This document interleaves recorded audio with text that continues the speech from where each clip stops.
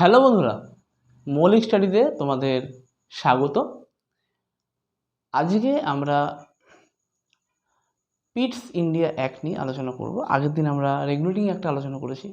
তোমাদেরকে বলেছিলাম যে আমরা হিস্টোরিক্যাল ব্যাকগ্রাউন্ড নিয়ে আলোচনা করছি, historical background of Indian constitution. তো আজকে আমরা পিটস ইন্ডিয়া অ্যাক্ট নিয়ে আলোচনা করব। আগের দিন যে আলোচনাগুলো হয়েছিল রেগুলেটিং অ্যাক্টের, সেই রেসপেক্টে পিটস ইন্ডিয়া অ্যাক্ট হবে, ঠিক আছে? তো মানে যখনই আমরা এই অ্যাক্টগুলো নিয়ে আলোচনা করব, ঠিক তার আগে যে অ্যাক্ট হয়েছে, যে লটা পাস হয়েছে, সেটা নিয়ে সেটার সাথে কম্প্যারিজন করতে হবে। কম্প্যারিজন করলে কি স্পষ্ট হবে, ব্যাপারটা বুঝতে সুবিধা হবে, ঠিক আছে? আচ্ছা, শুরু করছি। হ্যাঁ, পিটস ইন্ডিয়া অ্যাক্ট অ্যাকচুয়ালি ব্যাপারটা হচ্ছে এইটা রেগুলেটিং অ্যাক্টের ড্রব্যাকটাকে মেটানোর জন্য এই পিটস ইন্ডিয়া অ্যাক্ট আছে। 1780 স্যার উইলিয়াম পিট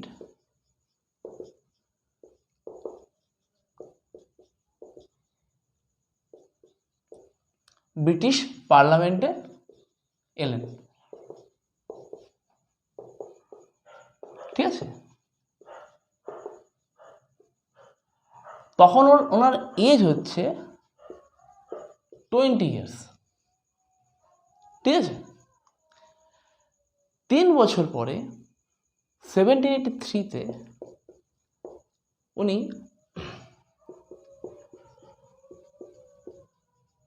became England's youngest prime minister বা পিএম। ওকে, 1783-তে তখন ওনার বয়স হয়েছে 23 বছর বয়সে উনি, না বোধহয় এটা একটা ভুল হচ্ছে, এটা 21,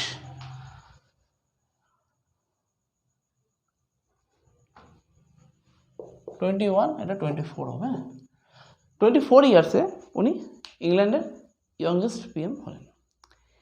এবার এই সময় উনি কি করলেন, east India council act, east India company act,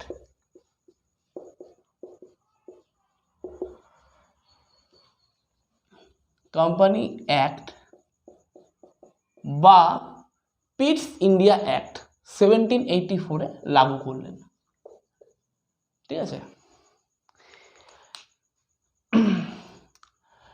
তো এই অ্যাক্টে আলটিমেটলি কি বলা হলো,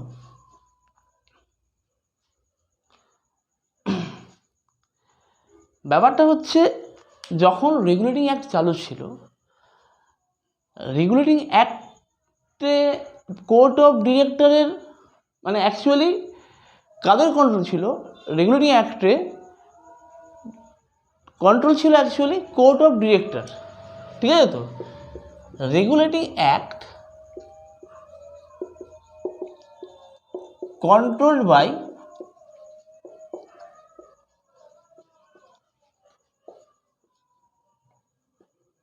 court of director, court of director।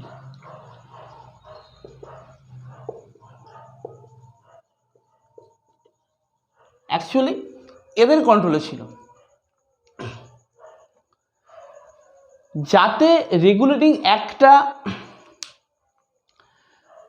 British government ঠিকঠাক করে কন্ট্রোল করতে পারে বা, ঠিক আছে? তো তাই জন্যে পিটস ইন্ডিয়া অ্যাক্টটা লাগু হলো।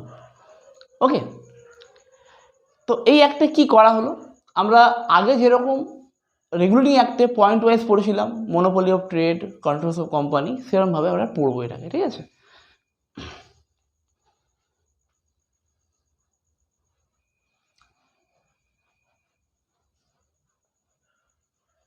পয়েন্ট ওয়াইজ পড়লে কি হয়, পয়েন্ট ওয়াইজ পড়লে একটা সুবিধা যে মানে মনে থাকবে, এবং একটার সাথে একটা মানে কম্পেয়ার করে পড়লে খুব তাড়াতাড়ি পড়া হবে, ইজিলি পড়া হবে।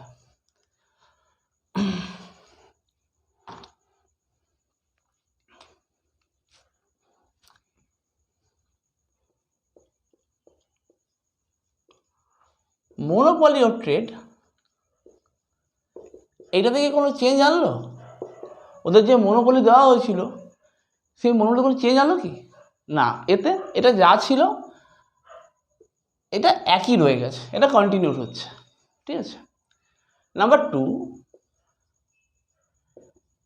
Control of company. এই কোম্পানিকে কে বা কারা কন্ট্রোল করবে? রেগুলেটিং অ্যাক্ট যে ব্যাপারটা ছিল সেটা হচ্ছে এদের যে দুটো ব্যাপার ছিল, commercial R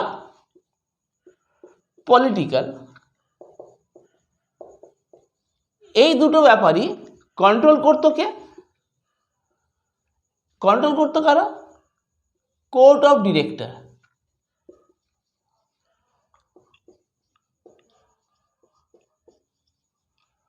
court of director control করতো। ঠিক আছে তো, 24 জন। প্রথমে এটা বলছি রেগুলেটিং অ্যাক্টের কথা বলছি, রেগুলেটিং অ্যাক্টে এটা হতো যখন রেগুলেটিং অ্যাক্ট ছিল।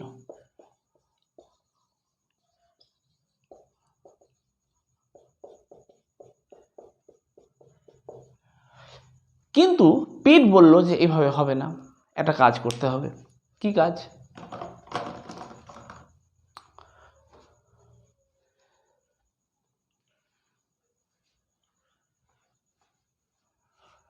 বলছে তখন বলে কমার্শিয়াল ব্যাপারটা কোর্ট অফ ডিরেক্টররা দেখে নিক।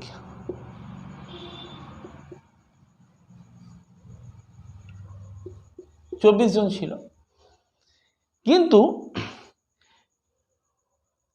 এইটা দেখার জন্য,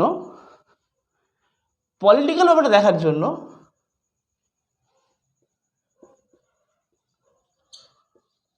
বোর্ড অফ কন্ট্রোল করা হোক। ঠিক আছে তো, এটা 6 জন মেম্বার হবে, 6 মেম্বার্স। ঠিক আছে তো, বোর্ড অফ কন্ট্রোল 6 মেম্বার্সের একটা রেডি করা হলো। আচ্ছা, এই বোর্ড অফ কন্ট্রোল এইটাকে প্রিসাইড করতো কে? এর সভাপতি কে ছিল? এর সভাপতি ছিল সেক্রেটারি অফ স্টেট। ঠিক আছে তো, যিনি ছিলেন একজন cabinet minister in British government. Okay, secretary state এই বোর্ড অফ কন্ট্রোলকে প্রিসাইড করতো, মানে এর সভাপতি ছিল বোর্ড অফ কন্ট্রোল। ঠিক আছে। এছাড়াও এইটা ছাড়াও 4 জন প্রিভি কাউন্সিলর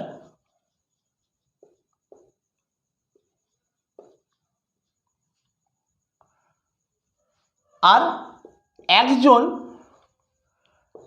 এক্সচেকার ছিল।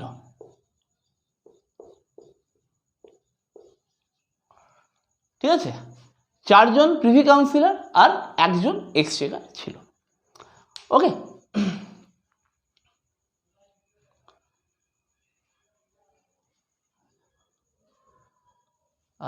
আচ্ছা ঠিক আছে, চলো।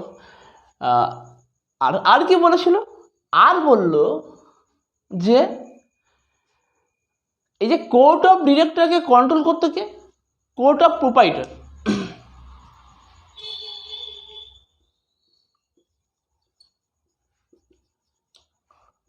Court of proprietor. ঠিক আছে তো, এদেরকে কন্ট্রোল করতো। এই একটা বলে দেওয়া হলো এদের উপর আর কোনো অধিকার নেই, এদের উপর কোনো কাজে নাক গলাতে পারবে না, কোনো রাইট নেই যে এদেরকে হ্যান্ডেল করবে বা কন্ট্রোল করবে। ঠিক আছে, তাহলে বাদ চলে গেল এটা। তাহলে এইটা আমার গেল কন্ট্রোল অফ কোম্পানি কীভাবে কে কোম্পানিকে কন্ট্রোল কারা করতো। এরপর আমরা যেটা আসবো সেটা হচ্ছে অ্যাডমিনিস্ট্রেশনে।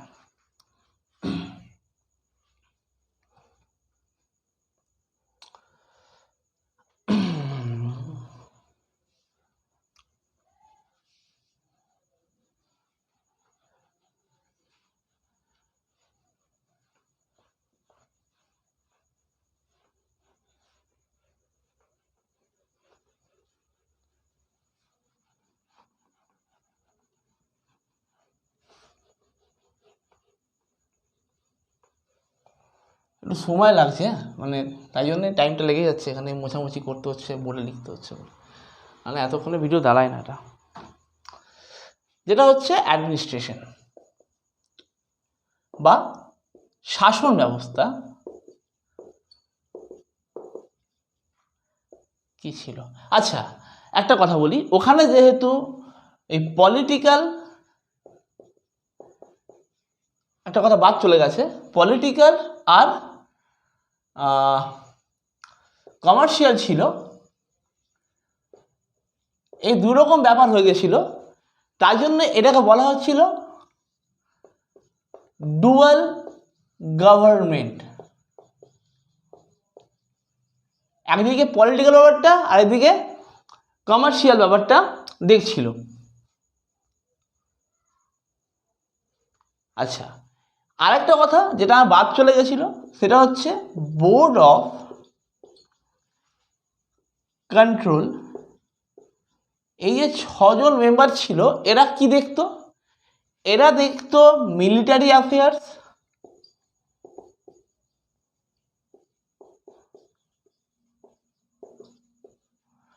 Number 2 civil affairs, number 3 political affairs. এই তিনটে ওরা দেখতো, ঠিক আছে। এবার আমি অ্যাডমিনিস্ট্রেশনে আসছি। অ্যাডমিনিস্ট্রেশনে কি বলছে?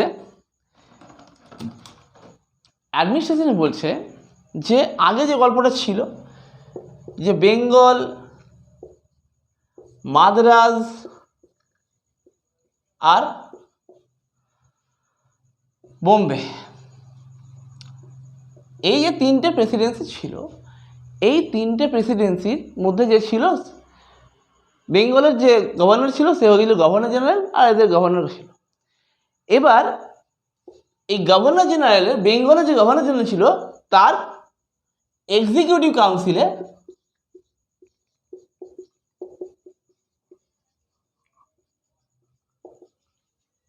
কাউন্সিলে কটা মেম্বার ছিল? 4টে মেম্বার ছিল। কিন্তু পিটস ইন্ডিয়া অ্যাক্টে বললো 4 জন দরকার নেই, এখানে এটাকে 3 জন করে দাও। তাহলে আলটিমেটলি হয়ে গেল 3 জন, এক্সিকিউটিভ কাউন্সিলে 3 জন মেম্বার হয়ে গেল। এই 3 জন হওয়াতে কত বড় চেঞ্জ এসেছিল দেখুন, বলছি। আমি আসছি এবারে সেন্ট্রাল লেজিসলেচারে, সেখানে গেলে বুঝতে পারবেন যে এই 3 জন হয়ে যাওয়াতে কীরকম কি হলো।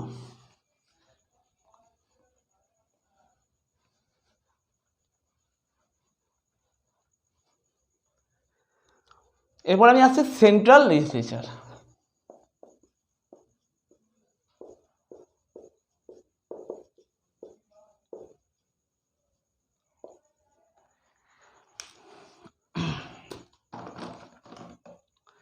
আগে কি হচ্ছিল? আগে গভর্নর জেনারেল ছিল,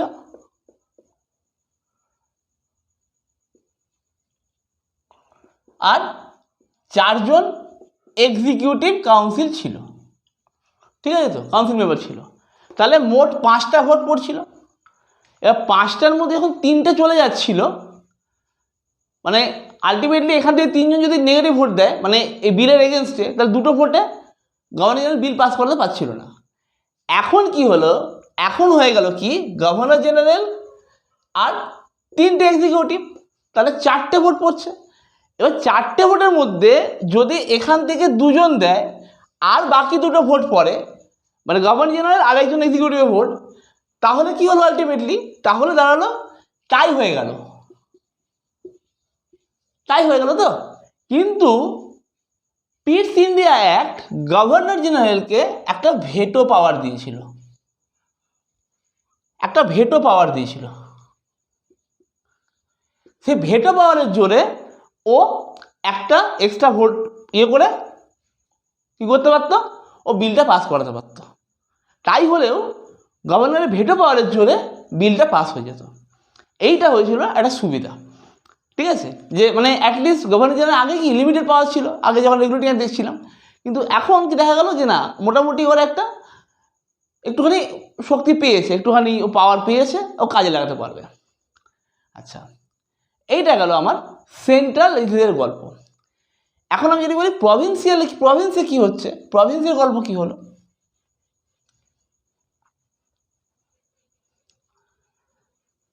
প্রভিন্সে যখন আসছে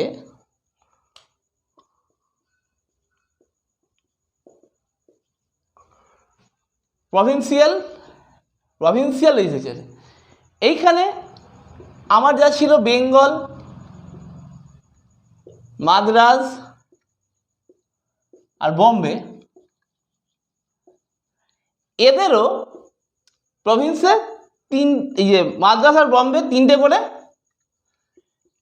এক্সিকিউটিভ কাউন্সিল পেয়ে গেল। এদের মধ্যে একজন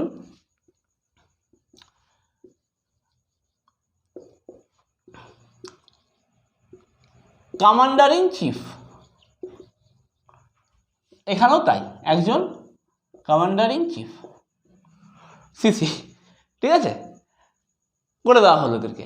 এইটা হচ্ছে প্রভিন্সিয়াল লেজিসলেচারে এই পরিবর্তনটা এলো। এরপর আমরা যেটা দেখবো সেটা রেভিনিউ, ওটাই লাস্ট পয়েন্ট।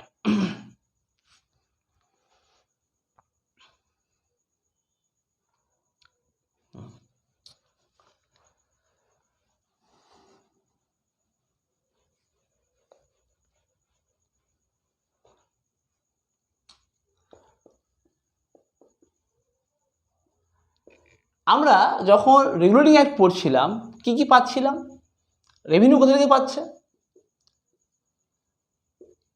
কমার্শিয়াল ট্যাক্স থেকে, plus revenue generated by East India companies, East India companies territorial possessions থেকে। আর একটা কি ছিল, সল্ট ট্যাক্স থেকে পাচ্ছিল। পিটস ইন্ডিয়া অ্যাক্টে কি চেঞ্জ করলো, পিটস ইন্ডিয়া অ্যাক্টে চেঞ্জ করলো, পিটস ইন্ডিয়া অ্যাক্ট বলছে যে তখন এই নামটা চেঞ্জ হয়ে গেল, এই নামটা থাকলো না, ঠিক আছে, তো তখন এটা হয়ে গেল ব্রিটিশ গভর্নমেন্ট, এটা হয়ে গেল ব্রিটিশ possessions on ইন্ডিয়া, ঠিক আছে। তো এইটাই ছিল পিটস ইন্ডিয়া অ্যাক্টের যাবতীয় যা বক্তব্য।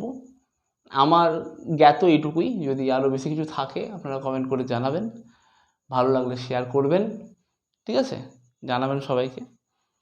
এরপরে হিস্ট্রিও আসবে আস্তে আস্তে, আশা করছি দু একদিনের মধ্যেই আনতে পারবো, একদম গোড়া থেকে শুরু করব, ঠিক আছে। চলুন আজকের মতো এটুকুই, ভালো থাকবেন, শুভরাত্রি।